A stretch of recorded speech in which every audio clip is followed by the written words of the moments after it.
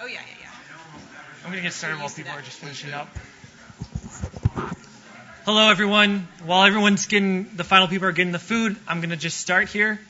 Before we start, if anybody's here for the CLE credit, there's a sign-up sheet outside the door. If you were at the last event, the First Amendment talk, and you didn't sign up, if you could just make a mark on the sheet. That way you can get your credits. My name is Christian Townsend, and I'm the president of IU Mauer's Federalist Society. The Federalist Society is a nationwide network of judges, scholars, lawyers, and law students who believe that the idea of a carefully circumscribed judicial powers is just as important today as it was for our founders. Through the Mauer chapter and others across the country, we promote and encourage public debate on key constitutional legal issues.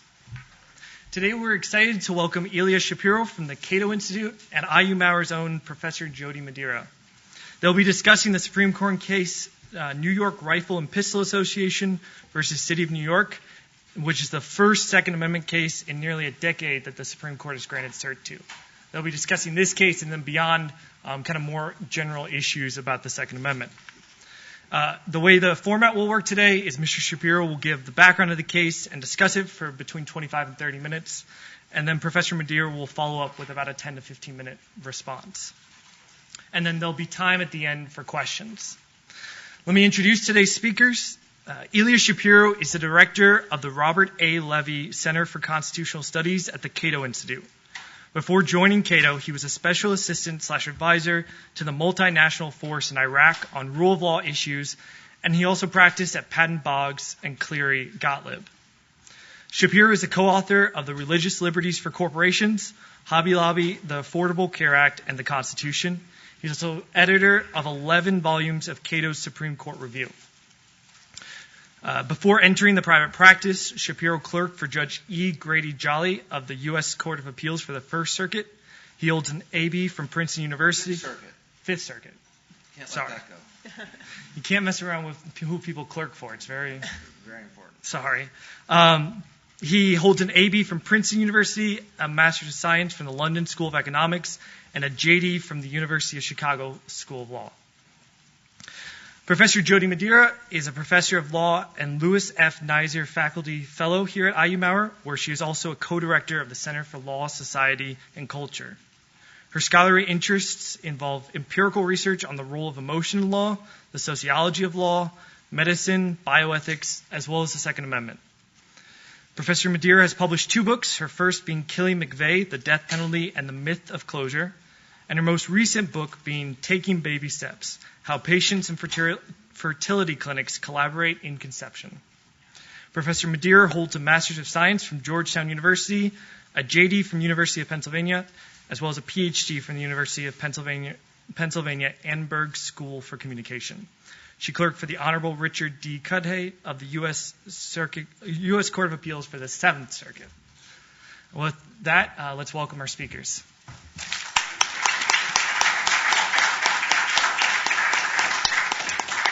Well, thanks very much for having me. Thanks for that introduction. I know that a lot of you, we're coming up on exams, so primarily you're here for a study break, get some free food, maybe ingratiate yourself with Professor Madeira or other faculty in the audience. I'm happy to be your dining entertainment. This is a little premature for this topic, I think, because none of the briefs in the case on the merits have yet to be filed. Maybe we'll come back at this time next year and we'll debate the actual case as it's going to be argued, assuming it's still on the docket. Put a pin in that. I'll discuss that later in the fall. So maybe we'll be debating the result or what have you. But anyway, I want to set the stage because it's been so long since the Supreme Court took up a Second Amendment case. In fact, 10 years. District of Columbia versus Heller was 2008. Declaring the individual right to keep and bear arms, and then 2 years later the court extended that to the states through the 14th Amendment. McDonald versus Chicago was a 14th Amendment case, not a case about the scope of the Second Amendment. And so, I don't want take too much credit, but first week of January of this year, a colleague and I wrote an op-ed in the Wall Street Journal saying, come on, court, you need to flesh out this stuff. There's all this confusion in the lower courts, as I'll describe. And lo and behold, 3 weeks later, they granted cert. So, correlation isn't causation, but I'll take it. Being an advocate for individual rights and civil liberties can be difficult. When terrorists attack, when the economy fails, and yes, when evil visits schools and clubs and concerts, the natural instinct is to demand security above all else. So after each tragedy, I understand the reaction that fills my social media feeds. We have to do something. There should be laws restricting guns so they're not in the hands of these murderers. The logical impulse for those of us who defend private gun ownership is to duck such discussions altogether until the passions settle. But on the contrary, I think it's more important than ever to present our position with clear-eyed resolve. And even against the backdrop of each latest tragedy, I still support the fundamental right to armed self-defense. Especially in an imperfect world where madness abounds, I oppose policy that restrict legal gun ownership by law-abiding citizens. And I say this despite having grown up in Canada and never owned a gun. I mean, I've shot handguns and rifles and about a dozen times probably, but never gone hunting. That doesn't seem interesting to me, cold and wet, and you don't get anything a lot of the time. For about a decade before moving to the Virginia suburbs where my wife and I now live with our kids, I lived in Washington, D.C., where despite the Supreme Court's ruling in Heller in 2008, it's still very hard to obtain a personal firearm and illegal to carry it outside the home. So I hope you can accept that I'm not a gun nut. But you don't have to be crazy about guns to recognize that no law could make the 300 million firearms in America disappear. Even making it illegal to own a gun wouldn't prevent a criminal or a madman from doing his malevolent deed. Robust policies to prevent legal gun ownership only translate to guns being overwhelmingly possessed by those willing to break the law, that is, criminals. Indeed, Connecticut has some of the strictest gun laws in the country, and Sandy Hook Elementary is a gun-free zone, as was the movie theater in Aurora, Colorado, as is almost every place that's become a target for mass murder in recent years. None of the measures at the top of gun control advocates' agenda, such as banning so-called assault weapons, which are ordinary rifles with certain cosmetic features like black paint or pistol grips or bayonet mounts, or closing gun show loopholes, would have averted any of these shootings. The Newtown killer stole the pistols that he used, and the Las Vegas murderer passed all background checks with flying colors. We'd be much better off focusing on improvements we can make in identifying and treating mental illness, the common factor in most of these incidents, and ensuring that disqualifying records actually make it into the databases that stores are supposed to check, which would have stopped the shooters at Virginia Tech, the Charleston and San Antonio churches, and certain others. Now, that's not to say that we shouldn't have any gun regulations. Cracking down on straw purchasers is a good idea. That is, someone who doesn't have a criminal record buying a gun for someone who does and is not allowed to have one. Or bans on military-grade weapons, rocket launchers, and so forth, as I described to Stephen Colbert in my appearance there now 9 years ago, the pinnacle of my career. We were debating the new civil rights of his handgun, Sweetness. Go look it up. On the other hand, it's perfectly reasonable for someone to have a gun to protect herself or her family, and that's why the Second Amendment is so important. Americans cherish the life, liberty, and pursuit of happiness so much that they instituted a government that protects their right to defend against anyone who threatens them. After the 1999 Columbine shootings, kind of that ushered in the modern era of gun and Second Amendment debates, Colorado passed a series of laws that should serve as a national model. Some of them consist of what people call gun control, others are in the gun rights category. The most important one was the Concealed Carry Act, which has already saved countless lives, including at a church also in Aurora 3 months before the theater shooting where an off-duty cop killed a career criminal who was targeting congregants. These kinds of cohesive measures are based on an obvious principle that enjoys broad public support. Guns in the wrong hands are dangerous, while guns in the right hands protect public safety. So, what does the Constitution have to say about all that? Well, Heller found that, like most rights, the right secured by the Second Amendment isn't unlimited. It's not a right to keep and carry any weapon in any manner for whatever purpose. Similar to the First Amendment, political speech is a core protection of the First Amendment, and yet I can't go bring my megaphone to your residential neighborhood in the middle of the night and start, talking about my political views. And then there's this footnote that Justice Scalia wrote into his majority opinion. Quote, although we do not undertake an exhaustive historical analysis today of the full scope of the Second Amendment, nothing in our opinion should be taken to cast doubt on long-standing prohibitions on the possession of firearms by felons and the mentally ill, or laws forbidding the carrying of firearms in sensitive places such as schools and government buildings, or laws imposing conditions and qualifications on the commercial sale of arms. And the sorts of weapons that are protected are those that are in common use at the time. Then MacDonald, as I said, incorporated that right against the states. I have a whole writing about the Privileges or Immunities Clause in the 14th Amendment that you can look up. I don't want to get into that here. So again, what is covered by the right that Heller announced? This is an interesting and underdeveloped question. The 1939 case of United States versus Miller, the last Second Amendment case before Heller, concluded that sawn-off shotguns were not protected because shotguns were not used in the military, which was actually an incorrect assertion by the court because the United States made heavy use of shotguns in the trenches in World War I. This decision is not still followed, but shows that at one point the prevailing thought was that the Second Amendment only covered weapons useful in military service, kind of the inverse of what the legal historians have shown since. 3 years ago now, Caetano versus Massachusetts, the Supreme Court unanimously kicked back a decision that asserted that stun guns were not protected by the Second Amendment. So clearly the scope is beyond just guns or beyond just handguns that were at issue in Heller itself. Challenges of bans on nunchucks and other less conventional weapons have also been brought under the Second Amendment. But who bears the burden of justification for exercising the right or restricting it? Is it the citizen or the government?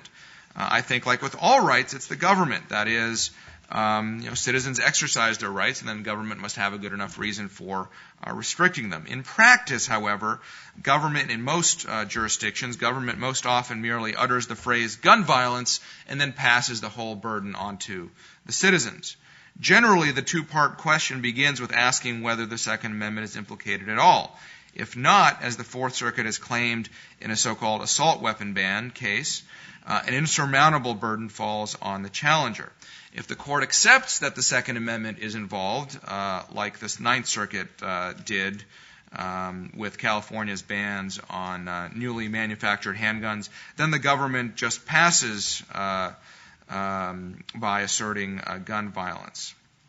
And where a law that implicates the Second Amendment fails to meet an asserted interest, as New York's ban on putting more than 7 rounds into a magazine designed to hold 10 did, then the Second Circuit found that the government did not carry its burden. So the asserted interest was reducing the number of high-capacity magazines, but regulating the number of cartridges one can insert does not further that interest. So really, is it Justice Breyer's dissent in Heller that has carried the day? Right? He had a balancing test of when public safety concerns overcome individual interests in armed self-defense, or however you want to characterize the liberty. There is disagreement, what I have called willful confusion, in the lower courts about how to evaluate Second Amendment challenges. The Second Circuit applies nominal intermediate scrutiny, putting the burden on the challenger to justify his or her right. The First, Third, and Fourth Circuits are similar. They basically defer to the legislature and presume constitutionality.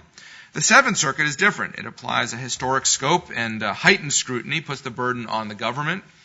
So here, where you live, regardless of what the state of Indiana might want to do, the Seventh Circuit is one of the more Second Amendment protective circuits in the country. The Ninth Circuit does an alleged two-step, as I've described, but accepts pretty much any asserted government interest, consistently referring to that footnote in Heller that I referred to, the long-standing presumptively lawful language. Judge Tallman of the Ninth Circuit called this the death by 1,000 cuts in the en banc case Teixeira versus County of Alameda. And then the court last year in Pena versus Oran, which is pending before the Supreme Court on a cert petition being held now for the New York case. When considering California's justifications for the statute, we do not impose an unnecessarily rigid burden of proof, and we allow California to rely on any material reasonably believed to be relevant to substantiate in its interests in gun safety and crime prevention. And finally, the D.C. Circuit, the leading opinion is by Judge Kavanaugh, Heller 2. Talks about then Judge Kavanaugh, historically founded analogical reasoning. So, what does that mean in practice for particular types of regulations? What about the right outside the home? In Moore versus Madigan, the Seventh Circuit struck down an absolute ban on carrying outside the home that Illinois had. But a couple of years later, the court in the Barron versus Illinois Concealed Carry Review Board case upheld strict licensing requirements on that right. The Second Circuit took a look at a New York law, very similar to laws in New Jersey and other places, that require a showing of proper cause. That is, basically you have to establish to the sheriff's or police chief's satisfaction that you have a real need for a gun, specific death threats, or unless you're a celebrity or a former law enforcement, then you get an exemption. And then there's certain circuits are really unable to decide what the rights are outside the home. The First, Third, Fourth Circuits, some sort of wishy-washy intermediate scrutiny without really deciding whether the right exists at all. The Ninth Circuit, en banc overturning its own panel in the Peruta case, found that there is no right to carry concealed, even though California does not have a right to carry open. So one of these carry cases is going to happen at some point. What else? There are all sorts of other kind of tangential things. Equal protection violations where, say, former county tax assessors as law enforcement agencies and agents, in a broad definition of what that is, are allowed to have guns, but normal citizens, civilians, are not. All sorts of cases under equal protection, commercial restrictions have been, there's precedent going every which way in the lower courts. But as I said, the Supreme Court has not stepped in. So the question is, was the court serious in Heller? Speculation was that nobody, neither the left nor the right of the court, could figure out where Justice Kennedy would be on some of these questions, and so they'd rather not take it up. And the Chief Justice is cautious about inserting the court into political controversies, and so is doubly, even if on the merits he would be probably supportive of a more expansive right, he would rather the court not be involved at all. His minimalism trumps, as it typically does, his originalism. That brings us to New York State Rifle and Pistol Association. Okay, so decade-long search for the smallest of grain that the Supreme Court could make its next step, to mix metaphors, on the Second Amendment. The courts refused to hear all manner of gun cases. And the latest, Cato used to file cert, but we file a lot of amicus briefs. We used to file in support of cert and, all sorts of different kind of issues. The right to sell guns, concealed carry, all these different things. The last few are just these little 2-page things basically saying, refer to our previous briefs, and also, were you serious about Heller? So, now comes New York State Rifle and Pistol. Okay, here's what's going on here.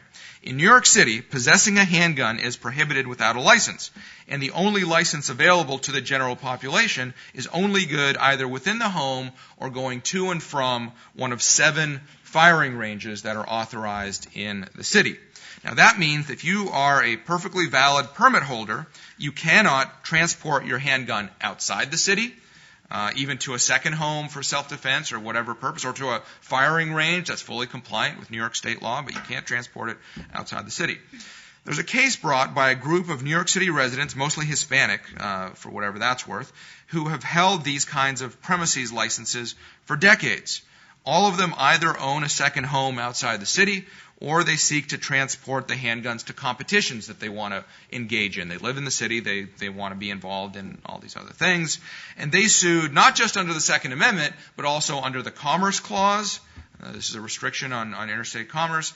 And the fundamental right to travel, which is one of the few rights that the Supreme Court has found in the Privileges or Immunities Clause of the 14th Amendment. District Court, purporting to apply intermediate scrutiny for the Second Amendment claim, entered summary judgment in the city's favor.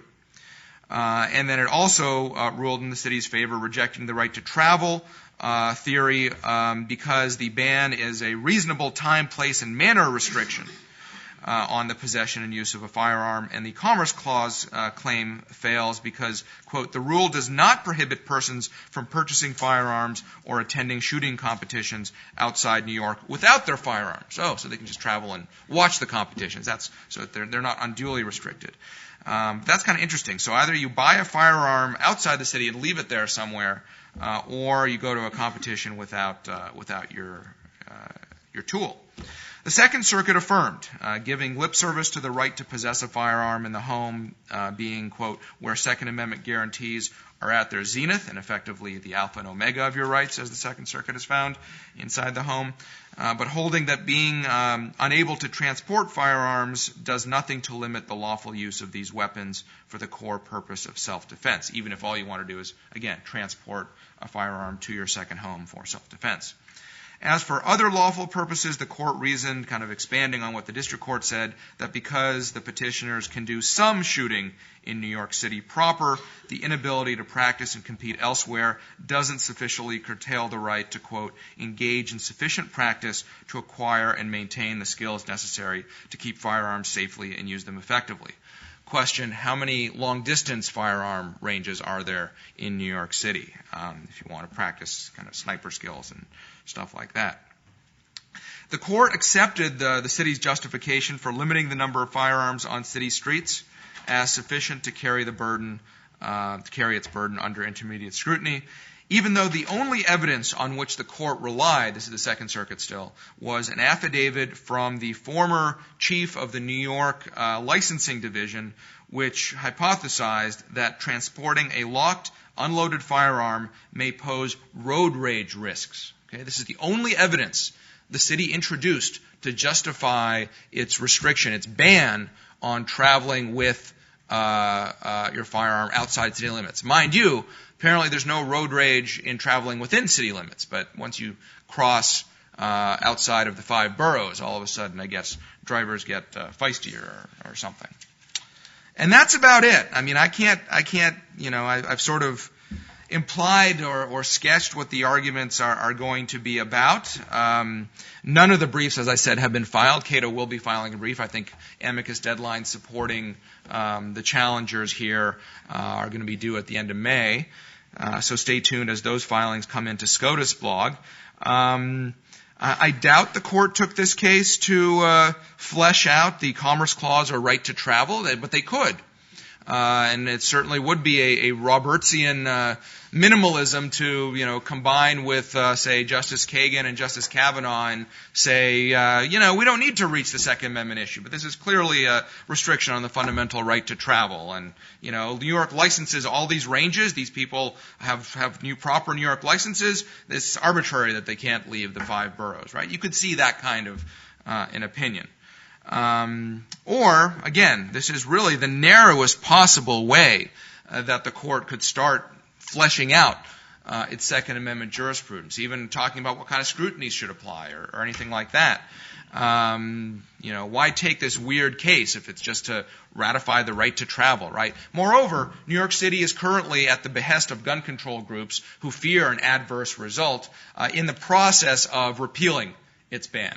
So it's filed a letter with the court saying, hold the case in abeyance pending our attempt to repeal this law. Now, there's going to be further side scuffling about whether this is just, there's certain doctrines that when government repeals laws that are being challenged, at a certain point it's capable of repetition but evading review or acting in bad faith to get rid of a case that otherwise you were litigating, to the nines. There are other cases that are kind of pending if this case either ends up being mooted out or if the court decides to decide it on right of travel or whatever. Concealed carry out of California. There's an interesting case just last month, just 2 weeks ago, Duncan versus Becerra. Judge Roger Benitez, who's a George W. Bush appointee in California, wrote a lengthy opinion striking down California's high-capacity magazine ban. Now, high-capacity means more than 10, where you have a lot of firearms that come with a standard 20-round magazine, even 30 sometimes.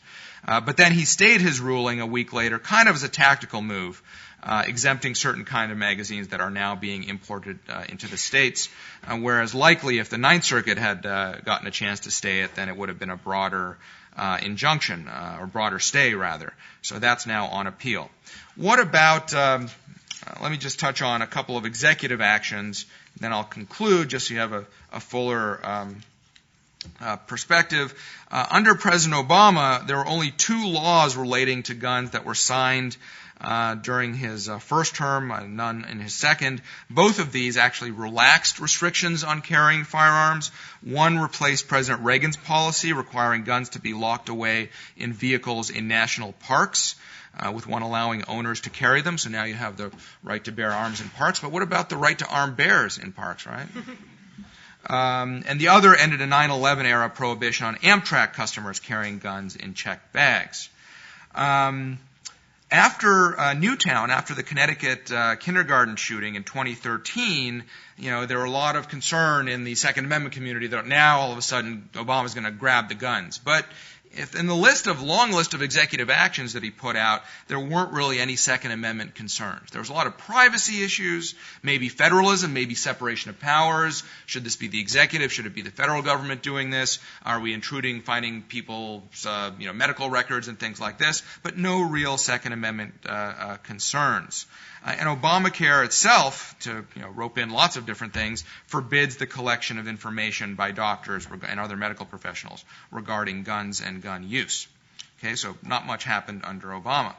Under Trump, we have the bump stock ban. After the Las Vegas shooting, the president directed the Alcohol, Tobacco, Firearm Bureau to ban bump stocks, which is the accessory used by the shooter to effectively make a normal semi-automatic. Semi-automatic means you don't have to reload, you don't have to recock, you just keep pressing the trigger and one bullet comes out. With a bump stock, you press forward with one hand, back on the other, and naturally the gun's recoil makes it move in this kind of flexible stock as if it were almost a machine gun or a fully automatic. Well, that's an accessory, right? This bump stock itself is not a gun. It's not a machine gun, and nevertheless, despite the clear statutory text of the National Firearms Act, the definition of machine gun, the ATF did promulgate this rule at President Trump's behest.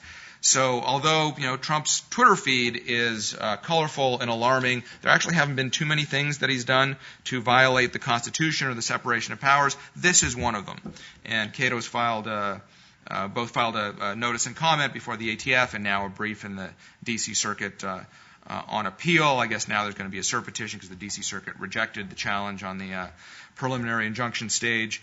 So we'll see what happens with that. And we can talk about other kinds of legislative proposals and their merits and demerits later if you want. A few final cautionary points. In the last 2 decades, the number of privately held firearms has more than doubled, while the number of gun murders has been cut in more than half. Random multi-victim shootings, which are less than 1% of all murders in the United States, have gone up, the number of multi-victim incidents. But as I said, the total number of gun deaths has gone down significantly.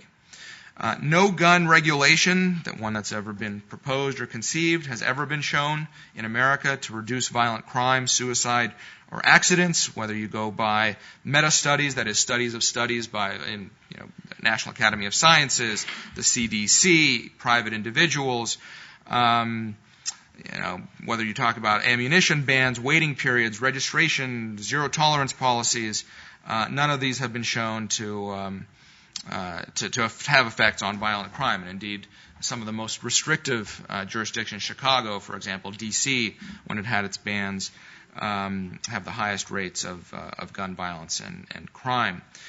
There are about 500,000 gun crimes a year, so even a perfect ban is 99.8% over-inclusive, given the 300 million guns, if each crime is committed with a unique gun. And indeed, guns already are the most heavily regulated consumer product. Handguns are the only product you can't buy outside your state of residence.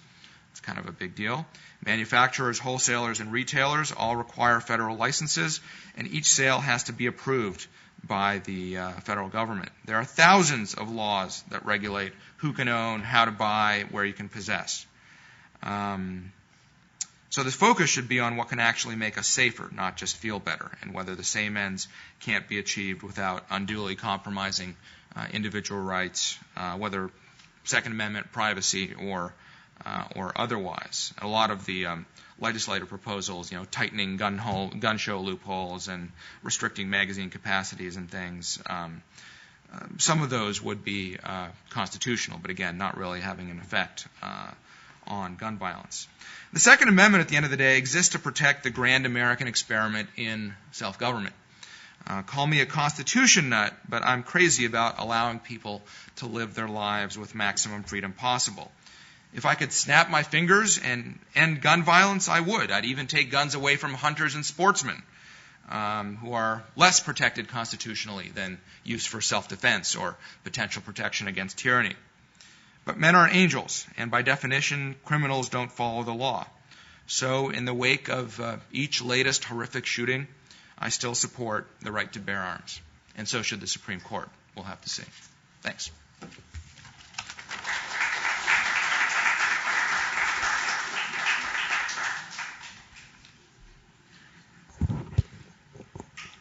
I'm used to coming up and having to lower the mic substantially.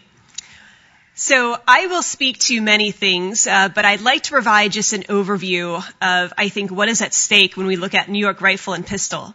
So Heller decided a narrow question. Individuals have a right to keep and bear arms in their homes for purposes of self-defense. But it did not purport to decide the full scope of the Second Amendment, nor did it suggest a standard of review for evaluating Second Amendment claims. Now, we actually live in a split United States, one in which some geographies have massive restrictions on guns. I think about the Northeast and I think about the Ninth Circuit, particularly California. And others, typically the flyover states, so-called, including Indiana, we have much more permissive regulations. And various arguments have been proposed for why this exists, including gerrymandering. But, I think living in one of those robust red states, it often occurs to me how strange it is that we have a spree of court decisions upholding various restrictions on firearm possession and use. We have restrictions prohibiting 18 to 20-year-olds from public handgun carry upheld. Laws requiring good and substantial reasons for issuances of handgun permits or proper cause upheld. Laws imposing registration requirements and banning so-called assault weapons and large capacity magazines upheld. Laws prohibiting possessions of all firearms while subject to domestic protection order upheld. Laws prohibiting possession of firearms with an obliterated serial number, upheld. Laws prohibiting domestic violence misdemeanors from possessing a firearm, upheld. And we currently have a split as to the public possession of weapons. For example, in Peruta versus County of San Diego, the Ninth Circuit said that there is no Second Amendment right for members of the general public to carry concealed firearms in public, and the Supreme Court denied cert on that issue. And in fact, that's where we get Clarence Thomas's very vehement dissent that the Second Amendment is a disfavored right. But by contrast, in Moore versus Madigan, Illinois banned the public possession of firearms or other weapons, saying that Heller's upholding the right in a home does not mean that the right to confrontation and self-defense is not also acute outside of the home. So the question is the Second Amendment a disfavored right, as Justice Clarence Thomas has claimed, and how should it be balanced against states' compelling interests in public safety and crime prevention?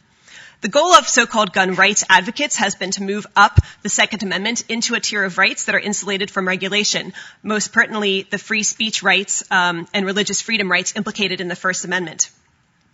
So now I'd just like to kind of expand out and look at the various members of the Supreme Court and their likely takes on New York rifle and pistol. Roberts voted for the majority both in Heller and McDonald. Alito was also in the majority in Heller and McDonald, and while an appeals judge, he argued that the government cannot ban machine guns. Gorsuch in 2017 joined Clarence Thomas on his hardline dissent, advocating broad gun rights. And Kavanaugh dissented from Heller, too, from the D.C. Circuit, where it upheld the new law passed after Heller won. And he said courts shouldn't actually balance state interests such as preventing crime against the burden on gun ownership. He said gun ownership rights stand on their own and need no justification. Instead, we should assess text, history, and tradition. For example, how does a given restriction comply with the Second Amendment? We should find appropriate analogs for modern weapons in historical firearms. And how does the restriction compare with the role of weapons in society since the framing? For example, Kavanaugh believes that since most places did not ban assault rifles in 2011, the D.C. statute was not, quote-unquote, traditional. I personally feel, as a scholar, that originalism is subjective. We can't know with any certainty what Americans understood when the Constitution was adopted about many rights, including the Second Amendment. Legal history can be read in many ways. Adding in tradition, as up to the present moment, expands that exponentially. This is not as grounded a means of interpretation, in other words, as one would think. So I think the compelling questions that the court will address in New York State Pistol and Rifle might be, first of all, how far do the Second Amendment rights extend? I believe that the court is very likely to extend the right to possession outside the home, undermining long-standing restrictions on concealed carry in many cities. The question is, how will the court justify this ruling? Will it expressly rely on doctrine from other constitutional rights like free speech, freedom of religion, and the First Amendment?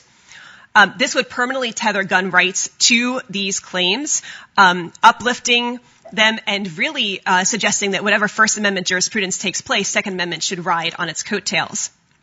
What level of scrutiny should the court use? So right now, there is actually a split as to tests, a fairly pervasive split.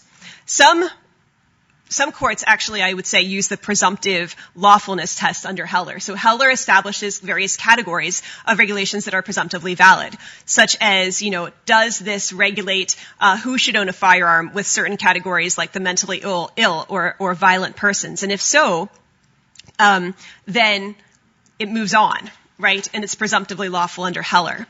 The usual test asked, does the challenged law burden a core Second Amendment activity, like the use of a handgun for self-defense in the home?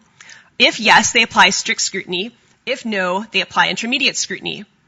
Sometimes courts further look at how severely the law burdens that right. If there is a severe burden upon the core Second Amendment right with no available alternatives, like a complete ban, then strict scrutiny is applied.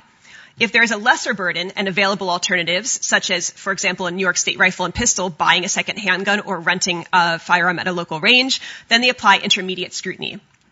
And just to review, strict scrutiny requires the city to show that they have a compelling interest to protect the transport of guns on city streets and that the law is narrowly tailored to meet that interest and not overly restrictive of constitutional rights. Intermediate scrutiny would require only that they prove that the law furthers an important governmental interest, and it does so by means that are substantially related to that interest. So what does that leave us? My research is on how people talk about laws and how laws impact lives. That includes firearms in several instances, such as gun violence and advocacy as a response, and how people respond to trauma, a project coming out of my first book on Timothy McVeigh. It extends to how we talk about firearms in doctors' offices, a key right that the 11th Circuit cast down in Wolschlager, a recent case from 2017 in which they held that doctors do have a First Amendment right to counsel patients about firearms, even if that firearm speech is uncomfortable for patients. So I would say we need to come together around this issue. We must admit, if we're on the gun right side, that the right is not unrestricted. Indeed, no right is. In other words, not every restriction is an infringement on the right to keep and bear arms. We must recognize that there is something called gun sense, and this does not always mean opposition to the Second Amendment. The gun control side must recognize that we will always, for the foreseeable future, live in a nation where there are guns and gun advocates, and not every shooting can be stopped by laws. But there are many issues on which we can come together. Making background checks more effective by ensuring reporting, covering private sales through universal background checks. We need a patchwork of laws. In the sense that any law would stop a shooting, I don't think we often see those types of cases, right? Except when when there's a failure to report, for example, under a background check law. That law would have likely prevented that shooting, or that person could have gotten a firearm somewhere else. But we need a patchwork of state laws. But no matter how pervasive our state gun laws, there will always be shootings so long as we have firearms. Thus, I would say the more we talk about firearms, the more we talk about how we use them, the more we talk about how we store them, the greater and the safer, the greater our camaraderie on this issue will become, and the more safe as a nation we will become. We need to talk about these rights and how they affect our lives. And for example, I've been in situations where I've asked people whose homes my kids are going to on play dates, actually if they have firearms and how they store them. I've had people ask me the same question, and one time when I said, no, I don't have a firearm, somebody said, oh, I was so afraid to ask you that question. I was afraid that you would think that we weren't friends, or I was afraid that I would have to say, I can't send my kids to your house if you don't have a gun safe. And that issue should bring us together and not divide us, right? We should be able to talk about these things in a rational manner. I would say that also as an empirical scholar, we must do so in a forum free from emotion, focusing on the need to establish better statistics and better research. I've also been an advocate in the Indiana legislature, speaking mostly on the side of gun sense, which I would say includes things like not getting rid of felony alcohol questions on gun permits and not getting rid of permitting schemes themselves.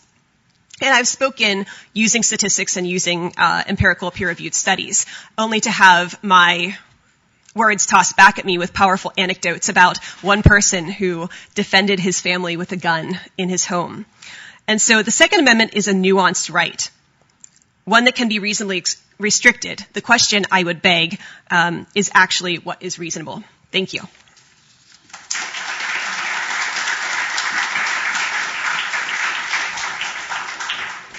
Thank you to both of our speakers. We'll start by opening up the floor for any questions from the audience.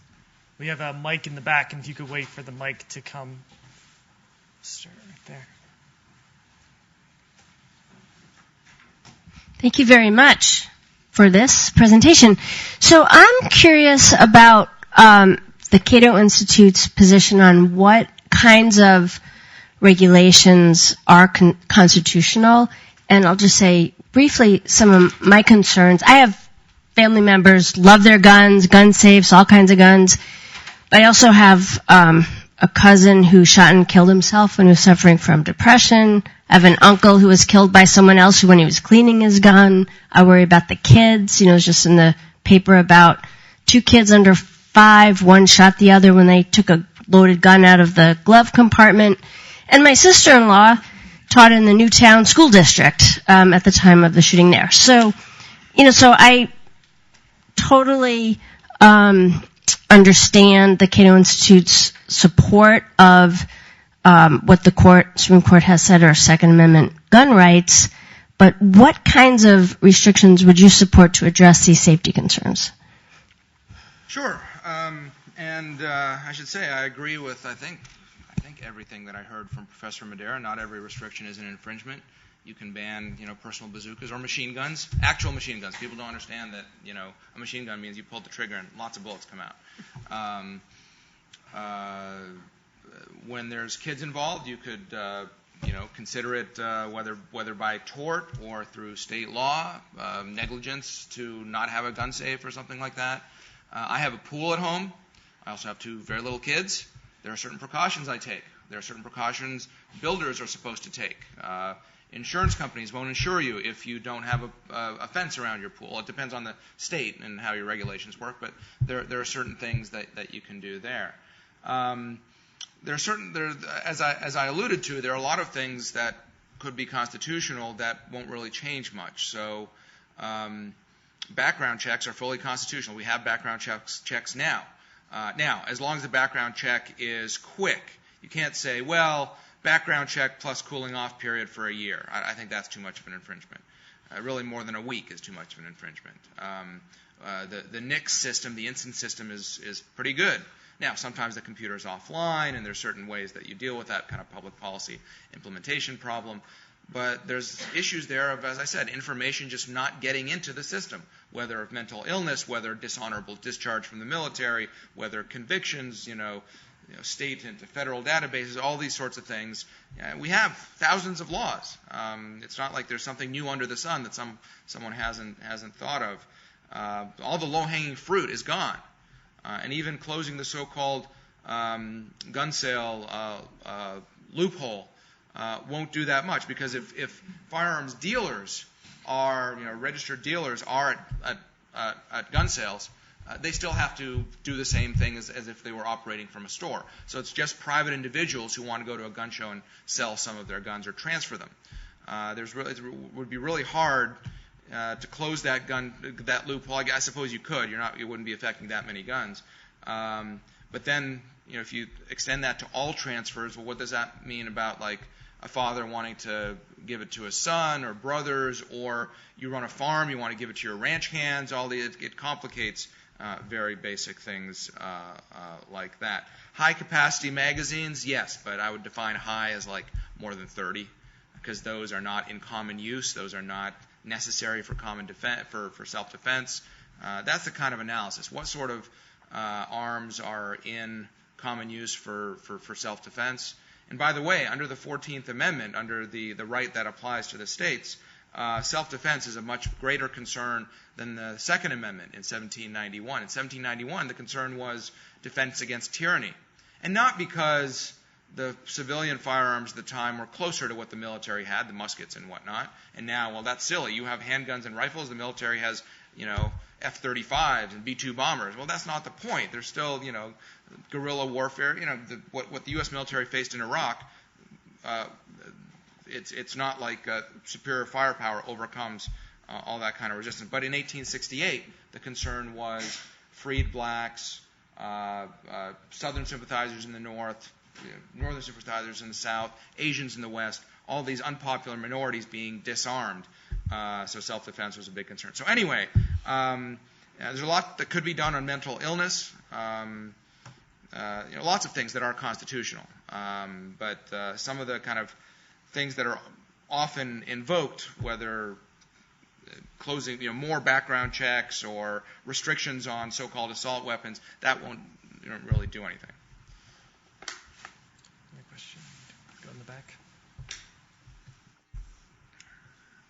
I suppose maybe both of you could answer this question, but what do you think are either reasonable or acceptable restrictions on someone's ability to travel with their weapon? So, like, let's say I own a weapon in Indiana, and I have a .408 or something. Can I travel and take that into, Ohio?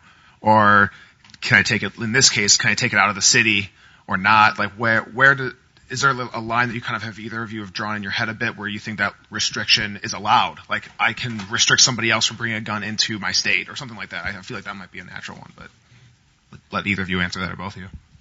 Sure. I'll take a spin real quick. So I think this restriction in New York is a very strong restriction, to put it mildly, right? They are not usually this onerous. I would say that the vast majority of the country has decided, yes, you do have a right to carry outside your home, and yes, you have a right to transport, right? And they may regulate the way you transport your gun, but those are not an issue. So I think the force of the law is behind those measures. That said, I think also New York is one of the rare states where you don't have a preemption law, where usually in states like Indiana and a lot of other states across the country, states have aggregated to themselves the power to make laws about firearms and not allowed municipalities and cities to do this. And so that is, I think, what New York is fighting here, is its ability to regulate for itself, with its unique needs. And because in some ways your gun laws are only as strong as the surrounding gun laws in surrounding areas. Some states have an interstate compact to recognize each other's licenses. Something that really concerns me is, like, you're traveling through states, especially on the East Coast, right? Like, there's a case that made national news a couple of years ago. A guy, I think he was going from Vermont, where there's not even constitutional carry is the rule. Vermont's an interesting state, right? Hippies who are armed to the teeth, kind of. But he was driving, or Maine, also high prevalence of guns there, driving to, I think, Virginia or somewhere, but, wasn't intending to stop in New Jersey for whatever reason. I think he was, whether speeding or the police searched his car, found guns, and arrested him, and he was subject to severe criminal penalties, because you can't do that in New Jersey, and yet he was just traveling through, no intent to stay in the state or anything like that. I think that's where Congress could come in and have some sort of protections that if, even for overnight stays, if you're just staying at your cross-country travel and you're having a motel, as long as your gun's like locked away in your trunk and certain other precautions, I think that should be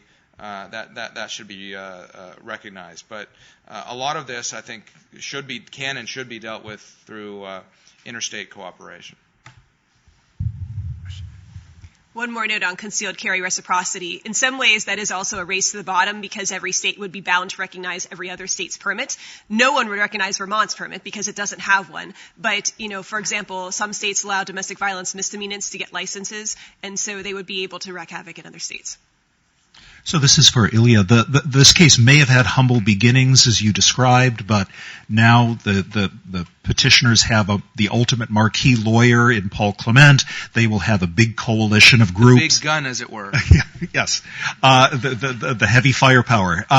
They will have a coalition of groups like Cato supporting this, and this has caused litigation. Nobody thinks at this point this is just about the right to take a gun to your vacation home. So tell me, what are you looking for in this opinion? Give me the test or the framework that you think will both resolve the narrow facts of this case, but provide the kind of Second Amendment doctrine you find appropriate. Well, as I said, it's a very narrow case, and the Second Amendment issue is a small one that's presented. But I hope that the court, as I said, for the first time in a decade, I hope it doesn't take another decade for the next step to start telling the lower courts what to do, because a lot of lower courts are basically reading Heller saying, okay, no absolute ban on functional firearms in the home. Anything short of that is fair game. And I don't think that's what the law of the Second Amendment is or should be. So whether it tells courts apply heightened scrutiny, and that's what that means, or under whatever level of scrutiny this fails because blah blah blah, this is common civilian use or whatever, the weapons are not weird or exotic, something. Start putting some flesh that lower courts can apply rather than lawyers talk about issues, areas of law percolating in the lower courts, and the Supreme Court won't take it till it's lots of different cases, lots of different judges have weighed in. I mean, this has percolated so much, the coffee's burnt at this point. We really need to get on with it. Oh, sure. What my doctrine is, sure. What Cato filed in Heller, I guess. Arms in common use in common civilian use, lawful purposes. People with, we don't talk about, get into the weeds about whether a white-collar conviction should disqualify you forever, even if that's a felony. What does a felony mean at common law when it was only violent? And, all these, we have little sub-things, but you're not going to get that sort of thing from this case. I just want to see, arms outside the home. There are protections. Here's a rubric that you should be looking at, courts. Questions? We have one there. I realize that you don't want to revisit this issue, but you did allude to it. And so I want to ask you if you could review why the words "a well-organized militia" being essential aren't part of the current discussion with respect to the Second Amendment. Sure. That's, of course, part of the Second Amendment preamble. The word militia at the time was understood to mean the whole, all able-bodied men of military age, basically, 16 to 50, roughly. And the idea is that cohort has to be able to have firearms because if they are ever called upon to defend themselves, their homes, their towns, their state against tyranny, they need to be equipped and trained and so forth. And that's kind of a background to why they're. I don't think it's inconsistent to say for that reason there should be an individual right. Now, that's different, as I said, in the 14th Amendment. It's not about the militia. It's about dispossessing freed blacks and others in various ways. I think we have time for one final question. Oh, in the back. In the debate about gun regulation, mental illness has come up a lot, particularly in reference to mass shootings. Yet the United States is the world leader in gun suicides. Why has that never come up? And have there been any regulations attempted to target it? Having had a 15-year-old nephew who committed suicide with a hunting rifle in the home, I have looked at this issue very deeply. And so the laws that usually are proposed are child access prevention laws. They have been shown to have sort of a no effect at all, except for one, and that is a felony law in Florida that actually makes negligent storage of firearms potentially a felony upon the discretion of the prosecutor. And so when Florida is included in the CAPS law studies, that shows a robust effect that disappears when Florida is not included. I also think we pass laws that restrict our ability to influence how mental health and awareness of mental health issues can protect us. For example, in 2011, Indiana passed a law saying that employers cannot ask employees about gun use, ownership, permitting, license, etc., upon penalty of civil damages, treble civil damages, and attorney's fees. And so there is no medical necessity valve to this. And basically, if Susie poses a threat in an office environment and Bob wants to take Susie to the hospital but is worried that Susie may have a gun in her trunk, you can't ask or face a lawsuit. I'll add that there's a debate now, including in Congress. There was a hearing in the Senate on what are called red flag laws, or sometimes called naked man laws. That is, imagine you see a naked man in his yard, or a naked woman, it's not gendered, and they just look like there's something not right about them. But they're clean criminal record, never been institutionalized, there's no reason that they would appear in any database, fully qualified to own a gun, have a permit of all kinds that are available in the state. Can they be denied a firearm for their own or other people's safety? And there's a way of drawing these kinds of laws. I mean, lots of states have had them for many years.